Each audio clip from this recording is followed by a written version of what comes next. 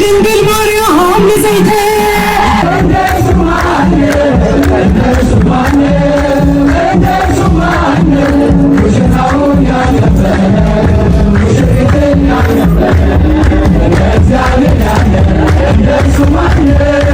ጃንደረባው ጃንደረባ እንዳልሆነ አሳይቷል። 88 ሙሽራ በመደርደር ማለት ነው።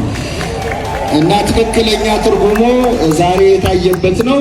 እነዚህን ሙሽሮች ፍጻሜያቸውን ያሳምርልን።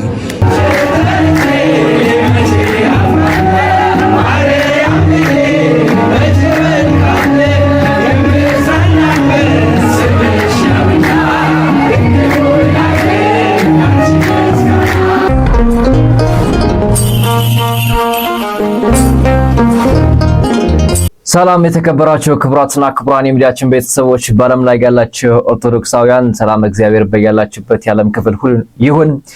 ዛሬ እንግዲህ የኢትዮጵያ ኦርቶዶክስ ተዋሕዶ ቤተክርስቲያን ደስታዋ በዓለም ዘንድ ከፍ ብሏል። ዛሬ ዕርገት ነው። ታዲያ ከዚህ ቀን ጋር ተያይዞ እመቤታችን ቅድስተ ቅዱሳን በደብረ ምጥማቅም ለ5 ቀናት ተገልጻ ትቆያለች።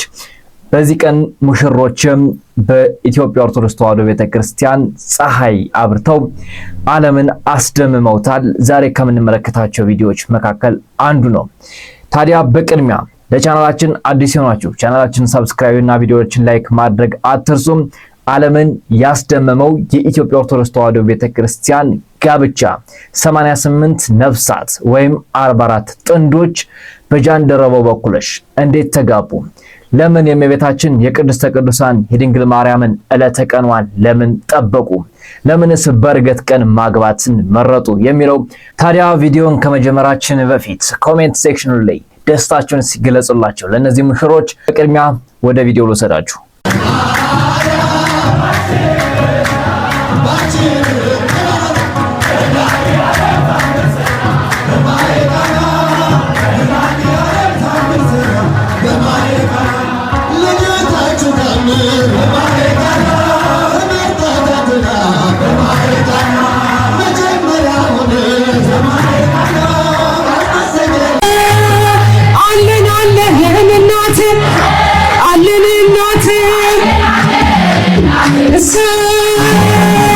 ድንግል ማርያም ንጽሕት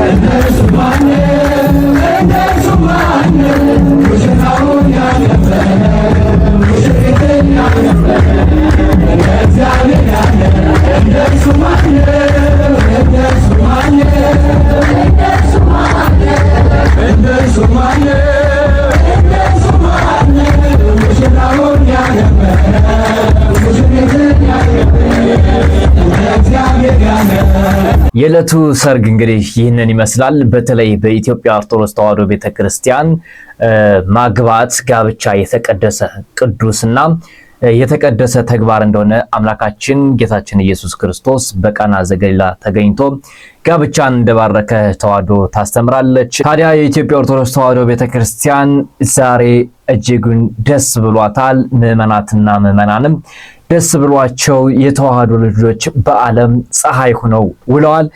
ታዲያ ከዚህ የተነሳ አንድ ግጥም አለ።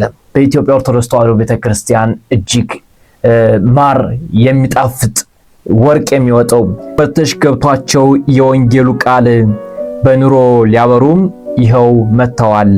በክርስቶስ ትምህርት በቃሉ ተመርተው በዓለም መሰከሩ ተራራው ላይ ቆመው።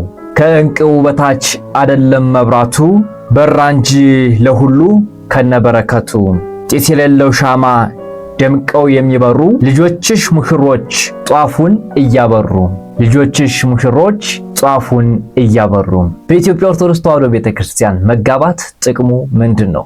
ይህ ለመጀመሪያ ጊዜ የኢትዮጵያ ኦርቶዶክስ ተዋሕዶ ቤተክርስቲያን ለጋብቻ ስታጫቸው ትምህርተ ተዋሕዶ፣ ትምህርተ ቀኖና፣ ትምህርተ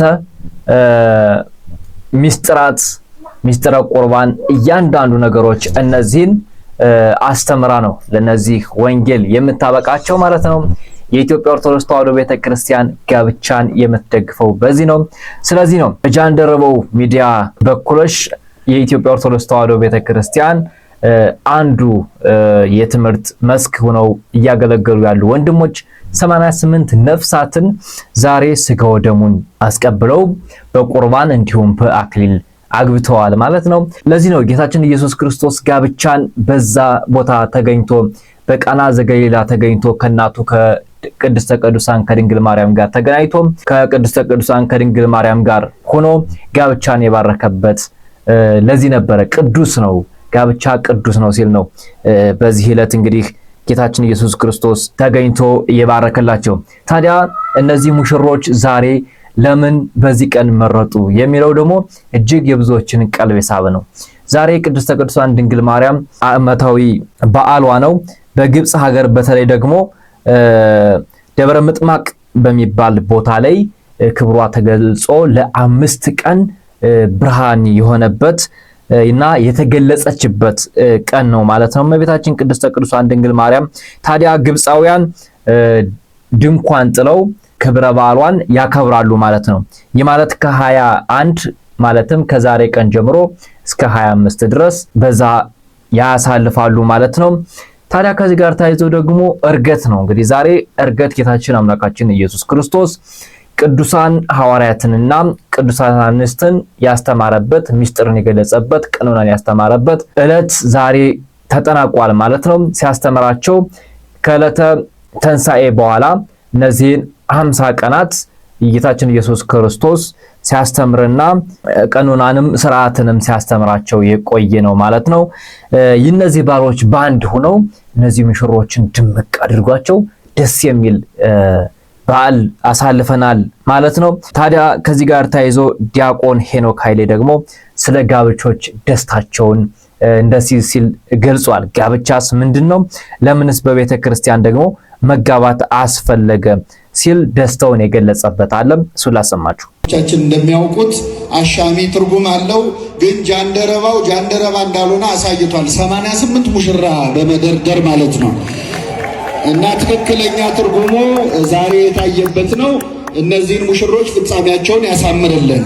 እንግዲህ እግዚአብሔር ቢፈቅድ በዛሬው ዕለት 88 ወይም 44 ሙሽሮችን በቤተክርስቲያን አማካኝነት ተድረዋል። ጋብቻቸውን በምስጢረ ተክሊል በምስጢረ ቁርባን ፈጽመዋል። እግዚአብሔር ቢፈቅድ በየዓመቱ ከዚህ እጥፍ እየሆነ በጣም ብዙ ወጣቶች ጋብቻቸውን በሥርዓተ ቤተክርስቲያን እንድትፈጽሙ እዚህ ያላችሁ ያላገባችሁ ሰው የደስታውን ቀን ማሳለፍ ያለበት በየት ነው?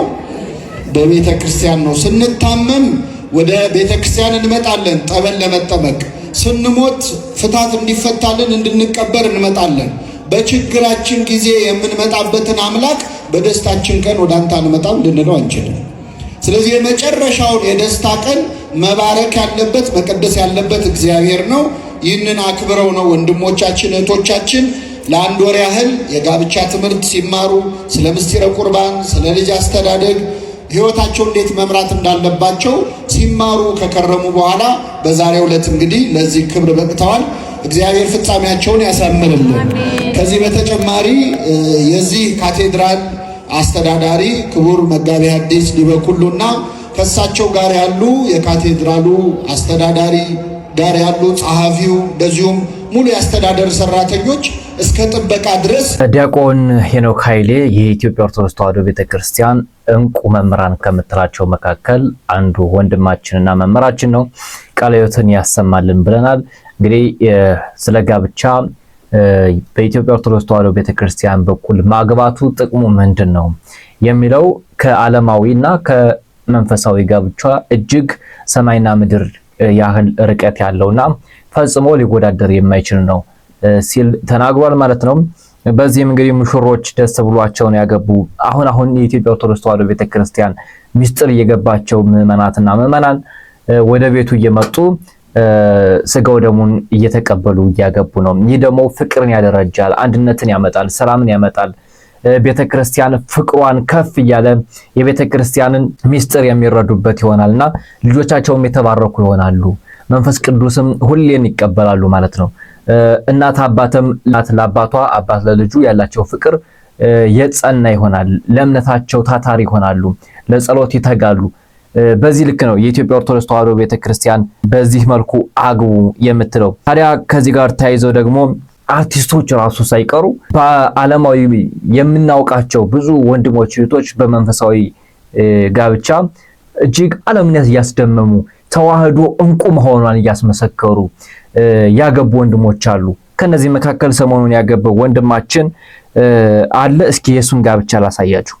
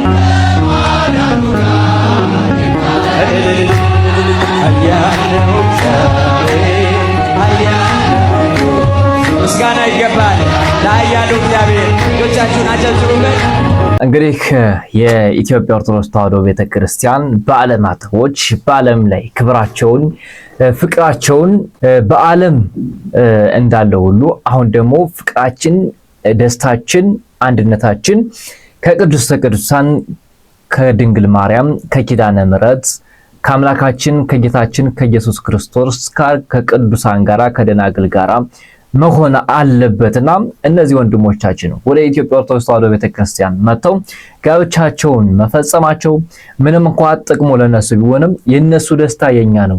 በኦርቶዶክስ ተዋሕዶ ቤተክርስቲያን አስተምሮ ባለማተብ እህትና ወንድም ነው።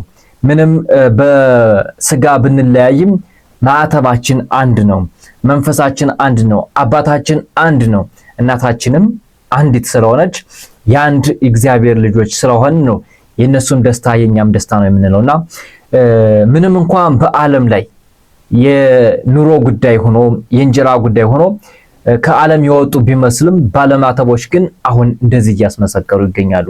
ምዕመናትና ምዕመናን እንደዚህ አይነት ፕሮግራሞችን በተለይ ደግሞ በኢትዮጵያ ኦርቶዶክስ ተዋሕዶ ቤተክርስቲያን በኩል ብናደርግ የኛ ክብራችን እጅግ ከፍ ይላል። ከቅዱሳን ከሰማዕታት ጋራ የመሆን እድላችን እየሰፋ ይሄዳልና የኢትዮጵያ ኦርቶዶክስ ተዋሕዶ ቤተክርስቲያን እጅግ እንቁ ንጽሕት ብጽዕት የምንላት በዚህ ነው፣ በምክንያት ነው። በእውነቱ ኦርቶዶክስ መሆን መታደል ነው። ቅድስተ ቅዱሳን ድንግል ማርያምን እናት አድርጎ መቀበልም መመረጥ ነው። መታደልና መሰጠትን ይጠይቃል። ጌታችን አምላካችን ኢየሱስ ክርስቶስ ደግሞ ስለወደደን ስላፈቀረን በንጹህ ደሙ ያበሰን እሱ ስለወደደንና ስላፈቀረን ነው። እኛም ደግሞ ለሱ መስዋዕት መሆን አለብን። ለጌታችን ለኢየሱስ ክርስቶስ ራሳችን አሳልፈን መስጠት መገዛት ይኖርብናልና በዚህ ልክ ደስታችንን በኦርቶዶክስ ተዋሕዶ ቤተክርስቲያን በኩል ይሁን እያልን የዛሬው ፕሮግራማችን ይህን ይመስላል። እንኳን ደስ ያላችሁ ሙሽሮች፣ እንኳን ደስ ያለን ብለናል። እኛም በበኩላችን በሌላ ቪዲዮ እስከምንገናኝ ድረስ ሀገራችን ኢትዮጵያን ኦርቶዶክስ ሃይማኖታችን ይጠብቅልን። ቅድስተ ቅዱሳን ድንግል ማርያም የአምላክነት ማዕኮላዊተ መዓልት ሰዓሊተ ምሕረት ወላዲተ አምላክ እመ አምላክ ሀገራችን ኢትዮጵያን ዳሯን እሳት መሃሏን ደግሞ ወይን አድርጋ ከክፉ ከመከራ ትጠብቀን። ሙሽሮችን እንኳን ደስ ያላችሁ ባሏቸው መልካም ጊዜ ተመኘን።